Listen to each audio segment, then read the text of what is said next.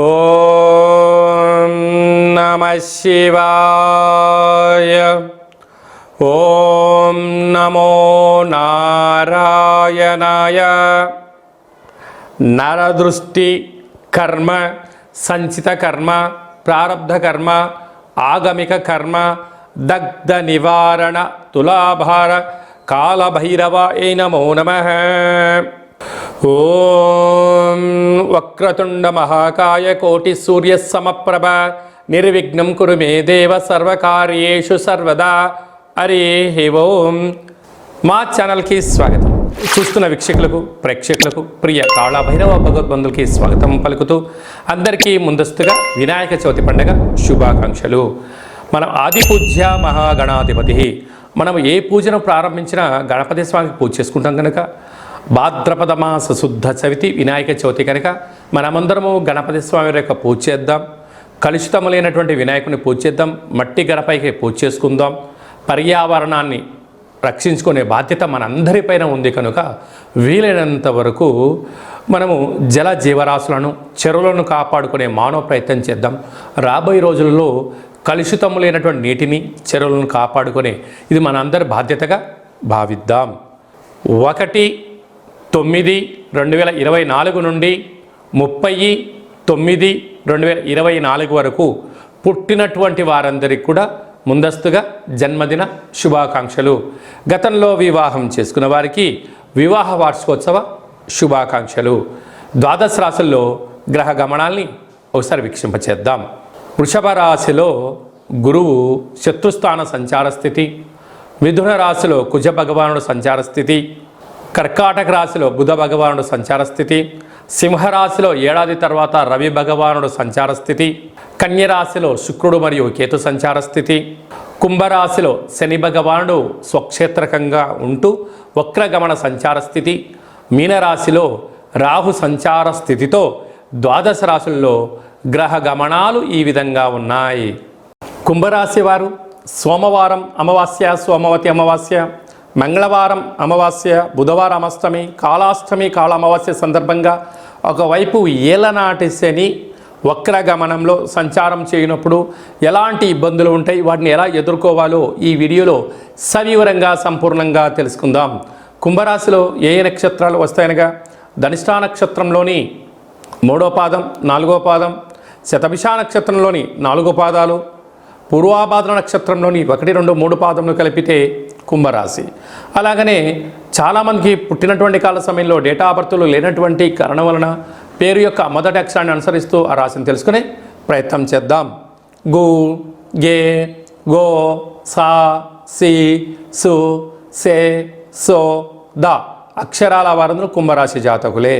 కుంభరాశి వారికి ప్రస్తుత కాలమాన ప్రకారంగా రాశిలోనే మధ్యమ సంచార స్థితిలో శని భగవానుడు వక్రగమన సంచార స్థితి అవ్వడం, సోమవారం రోజు అమావాస్య మఖా నక్షత్రం అవ్వడం, మంగళవారం అమావాస్య పుబ్బా నక్షత్రం అవ్వడం, బుధవారం జ్యేష్ఠ నక్షత్రం అష్టమి అవ్వడం వలన వీలైనంత వరకు ఒక ఎర్రటి గుమ్మడికాయను కట్ చేసి సగ భాగాన్ని కట్ చేసుకొని ఇంట్లో బియ్యపిండి చేత అష్టదళ పద్మాన్ని, ఉప్పును, బియ్యాన్ని, తెల్లనివులను పోసి అందులో ఈ యొక్క కుష్మాండ దీపాన్ని ఏర్పాటు చేసుకొని యథాశక్తిగా కాళభైరవ అష్టకాన్ని, కాళభైరవ అష్టోత్తర మంత్రాన్ని చెప్పుకొని సంకల్పం చెప్పుకొని పెరుగన్నాన్ని, ఉల్లిపాయలతో కలిపినటువంటి పెరుగన్నాన్ని నైవేద్యంగా ఏర్పాటు చేసి వీలైతే మనకు తెలంగాణ సాంప్రదాయ ప్రకారంగా శాఖబయడం అంటారు, అంటే సురాపానాన్ని నైవేద్యంగా పెట్టి చాకలి వారిని పిలిచి దానం చేయడం వలన లేకుంటే దానం చేయించడం వలన శని యొక్క ప్రభావ సంచార స్థితి, పంచమ స్థానంలో ఉండబడినటువంటి కుజుడి యొక్క దోష సంచార స్థితి, అర్ధాష్టమ గురు దోషం తొలగిపోయి అందము, ఆనందము, ఆరోగ్యము, రుణ, రోగ, శత్రు సమస్యలు తొలగిపోతాయని చెప్పి గమనించగలగాలి. కనుక వీలైనంత వరకు మీ జన్మ నక్షత్రం రోజున, అష్టమి రోజున, అమావాస్య తిథి ఎందున దూర వాయు జల ప్రయాణాలు పెట్టుకోవద్దు. ఉండబడిన దాంతో ఆనందంగా ఉండండి. లేని దాని గురించి పెద్దగా ఆలోచించొద్దు. ఆరోగ్యమే మహాభాగ్యము. కనుక సీజనల్గా వచ్చే వ్యాధులు మిమ్మల్ని కవలించజేసే పరిస్థితి ఉంటుంది. వేలకు తిండి, గోరువెచ్చని నీరు, గోరువెచ్చని ఆహారము, వీలైనంత వరకు సూర్య నమస్కారం చేసే ప్రయత్నం చేయండి.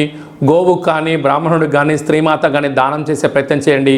మీ కర్మను దానం చేసుకోండి. ఐశ్వర్యానికి స్వాగతం పలకండి. అలాగే సాఫ్ట్వేర్ వారు, హార్డ్వేర్ వారు, యానిమేషన్స్, సినిమా రంగాలు, వ్యవసాయ సోదరీమణులు హోటల్ వ్యాపారం నడిపించేంతవరకు శుచి శుభ్రత ఓపిక అవసరమని చెప్పి గుర్తుపెట్టుకోవాలి.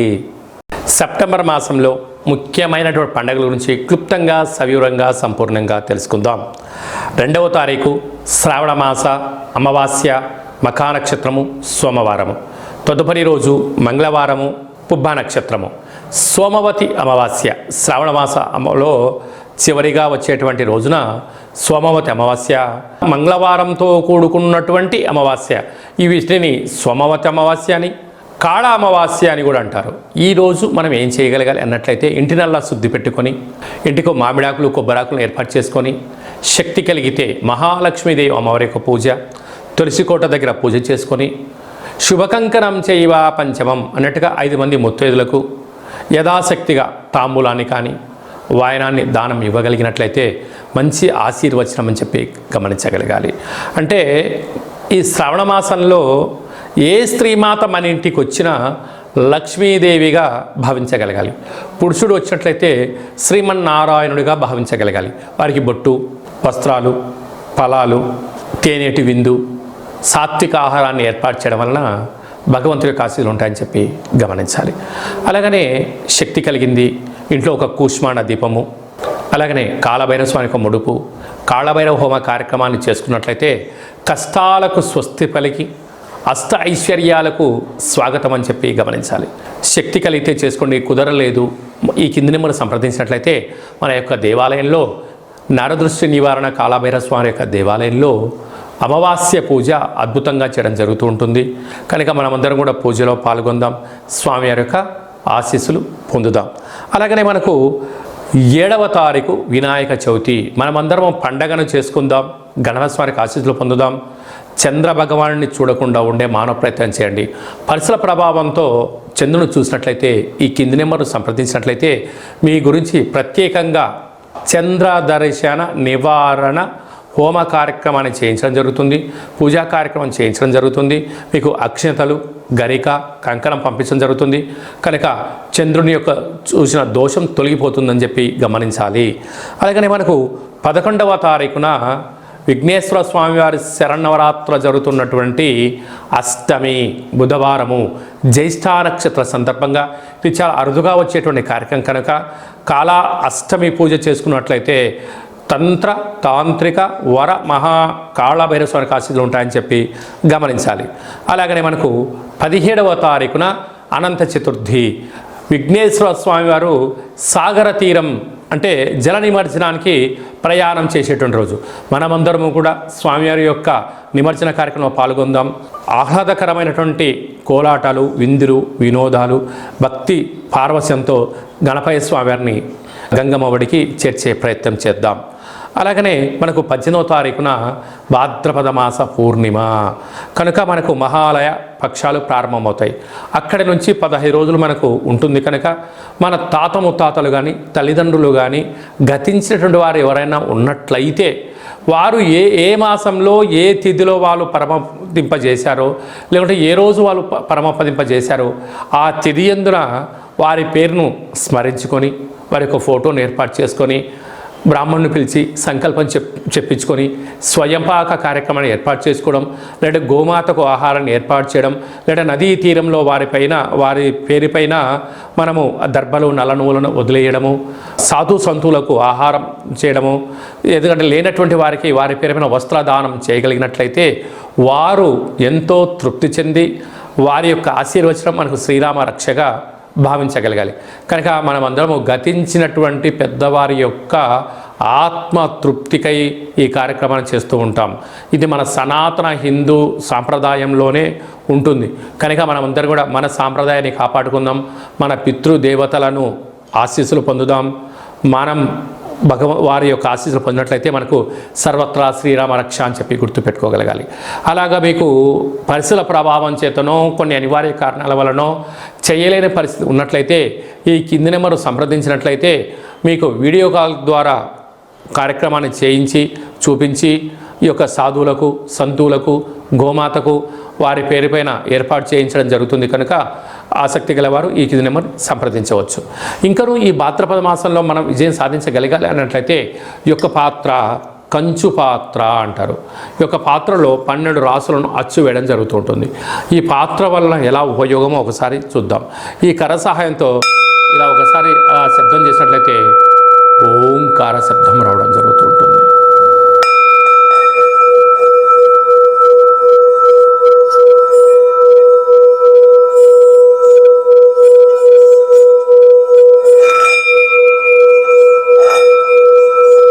ఈ శబ్ద తరంగాల వల్ల మనిషి ఏదైతే అనుకుంటాడో దాన్ని విజయం సాధించడం, ఉద్యోగంలో వ్యాపారంలో కష్టాలు తొలగిపోవడం, ఇంట్లో ఉండబడే జ్యేష్ఠాదేవి బయటికి వెళ్ళిపోవడం, బయట సంచరిస్తే లక్ష్మీదేవి మనలోకి ఇంట్లోకి రావడం జరుగుతుంటుంది. కనుక ఈ యొక్క అక్షయ పాత్రతో పాటు కాళభైరవ యొక్క పిరమిడు, డాలరు, కంకణము మీకోసం ప్రత్యేకంగా కాళభైరవ హోమాన్ని చేయించడం, 27 రకాల వస్తువులతో దిష్టి తీయించి పంపించడం జరుగుతుంది. ఒక్కొక్క నెలలో ఒక్కొక్క కాళభైరవ స్వామి వారు ఉంటారు. ఆ కాళభైరవ స్వామి వారికి 12 మాసాలు మీ యొక్క గోత్రనామాల మీద పూజ చేయడం జరుగుతుంది. కనుక మనం అందరం కాళభైరవ స్వామి యొక్క సేవ చేద్దాం. కాళభైరవ స్వామి అక్షయ పాత్రను సొంతం చేసుకుందాం. కష్టాలకు స్వస్తి పలుకుదాం. అష్ట ఐశ్వర్యాలకి స్వాగతం పలుకుతామని చెప్పి గమనించగలరు. ఇంకాను మన వ్యక్తిగత జాతకం తెలుసుకోవాలనుకుంటున్నారా?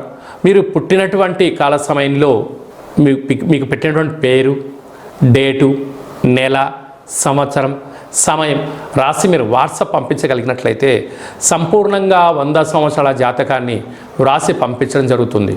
మీరు పుట్టినప్పుడు గ్రహ గమనాలు ఎలా ఉన్నాయి, ప్రస్తుతం ఎలా ఉంటున్నాయి, రాబోయే కాలంలో ఎలా ఉండబోతున్నాయో సవివరంగా సంపూర్ణంగా తెలియజేయడం జరుగుతుంటుంది. చాలామందికి పుట్టినటువంటి కాల సమయంలో డేటా బర్త్లు లేనటువంటి కారణం వలన మీ పేరు యొక్క మొదటి అక్షరాన్ని అనుసరిస్తూ రాశిని తెలియచేస్తూ గవళ ద్వారా అనగా కాళభైరవ ఉపాసన చేత రమణ శాస్త్రం ద్వారా భూత భవిష్యత్ వర్తమానాన్ని తెలియజేయడం జరుగుతుంది. ఆసక్తి గలవారు ఈ కింది నెంబర్ను సంప్రదించి అపాయింట్మెంట్ తీసుకొని సంప్రదించగలరు. వ్యక్తిగత జాతకాన్ని తెలుసుకుందాం. కష్టాలకు పులి స్టాప్ పెట్టుకుందాం. అష్ట ఐశ్వర్యాలకు స్వాగతం పలుకుతాం. ఎప్పుడు మంచి కాలం ఉంది, ఎప్పుడు మంచి కాలం లేదు, ఎప్పుడు ఏది ప్రారంభించాలి, ఎప్పుడు ఏది ప్రారంభించకూడదో మనం తెలుసుకునే మానవ ప్రయత్నం చేద్దాం. భగవంతుడి యొక్క ఆశీస్సులు పొందుదాం. అలాగనే మీ అబ్బాయికి కానీ అమ్మాయికి కానీ తరచూ ఎంత ప్రయత్నం చేసినా వివాహం అవ్వడం లేదా, అవ్వకపోవడం గల కారణం ఏంటి, జాతకంలో ఎలాంటి యోగం ఉంది, ఎలాంటి దోషం ఉందో తెలుసుకునే ప్రయత్నం చేద్దాం. ఆ వచ్చినటువంటి వధువు యొక్క జాతకంలోని వరుడు యొక్క జాతకంలో వీరిద్దరి యొక్క జాతకాలు ఎలా కలుస్తున్నాయి, వీళ్ళ పాదాలు, గణాలు, గుణాలు, వివాహ తదంతరం వీరికి ఎలాంటి యోగాలు ఉన్నాయో కూడా సవిరంగా కూడా తెలుసుకునే ప్రయత్నం చేద్దాం.